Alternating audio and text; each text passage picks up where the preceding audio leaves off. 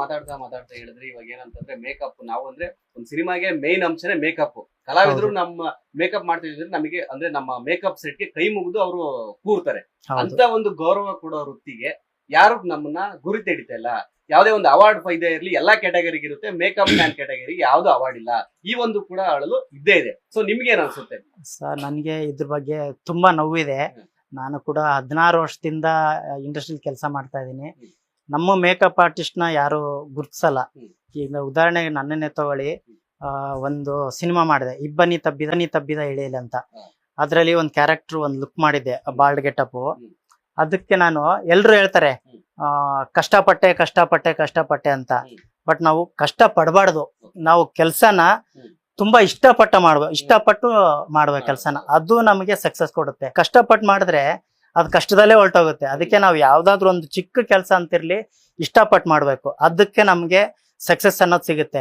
ಈಗ ನೋಡಿ, ನಾನು ತುಂಬಾ ಇಷ್ಟಪಟ್ಟು ಮಾಡಿದಂತ ಸಿನಿಮಾ, ಒಂದು ಲುಕ್ ಕೊಟ್ಟಂತ ಸಿನಿಮಾ ಇಬ್ಬನಿ ತಬ್ಬಿದ ಎಳೆಯಲ್ಲಿ. ಅಂಕಿತಾ ಅಮರ್ ಮೇಡಮ್ಗೆ ಒಂದು ಲುಕ್ ಮಾಡಿದ್ದೆ. ಅದು ಸಿನಿಮಾ ಕೂಡ ಹಿಟ್ಟಾಯ್ತು. ಅದಕ್ಕೆ ಅವಾರ್ಡ್ ಕೂಡ ಬಂತು. ಆ ಅವಾರ್ಡ್ಗೆ ನಂದ ಹೆಸರು ಕೂಡ ನಾಮಿನಿ ಆಗಿತ್ತು. ಪ್ರಜಾವಾಣಿಯವರು ಅವಾರ್ಡ್ ಕೊಟ್ರಲ್ಲ ಮೊನ್ನೆ, ಅದಕ್ಕೂ ನಂದು ನಾಮಿನಿ ಆಗಿತ್ತು. ಬಟ್ ಆಗ್ಲಿಲ್ಲ. ಬಟ್ ಮುಂದಕ್ಕೆ ನಮ್ಮಂತ ಕಲಾವಿದರನ್ನ ಗುರುತಿಸಿ ಅವಾರ್ಡ್ ಕೊಡೋಂತ ಅವಕಾಶ ಸಿಕ್ಕರೆ ನಮ್ಗೆ ತುಂಬಾ ಒಳ್ಳೇದಾಗತ್ತೆ. ನಾವು ಕೂಡ ಬೆಳಿತೀವಿ. ನಾವು ಯಾವುದೇ ಒಂದು ಕೆಲಸ ಮಾಡ್ಬೇಕಂದ್ರೂ ಅದನ್ನ ಇನ್ನೂ ಚೆನ್ನಾಗಿ ಮಾಡ್ಬೇಕನ್ನೋ ಬೆಳವಣಿಗೆ ನಾವು ಬೆಳೆಸ್ಕೊಂತ.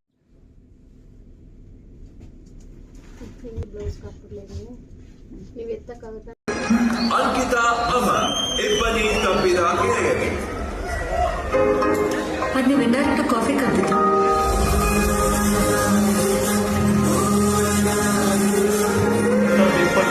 ಅತ್ಯುತ್ತಮ ನಟಿ and the winner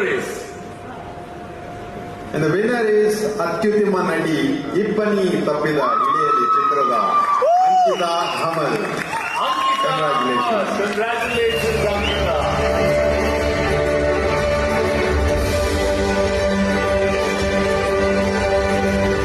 ಕನ್ನಡ ಚಿತ್ರರಂಗಕ್ಕೆ ಬಂದ ಮೇಲೆ ಪಾದಾರ್ಪಣೆ ಮಾಡಿದ ನಂತರ ಬರ್ತಿರುವಂತಹ ಮೊದಲನೇ ಪ್ರಶಸ್ತಿ ಇದು ನನಗೆ. ಆ ಪ್ರಶಸ್ತಿ, ಆ ಮೊಮೆಂಟ್ ಅಲ್ಲಿ ಕರ್ನಾಟಕ ಇದೆಯಲ್ಲ, ಅದು ನನಗೆ ತುಂಬಾನೇ ಖುಷಿ ಕೊಡ್ತಾ ಇರುವಂತಹ ವಿಷಯ.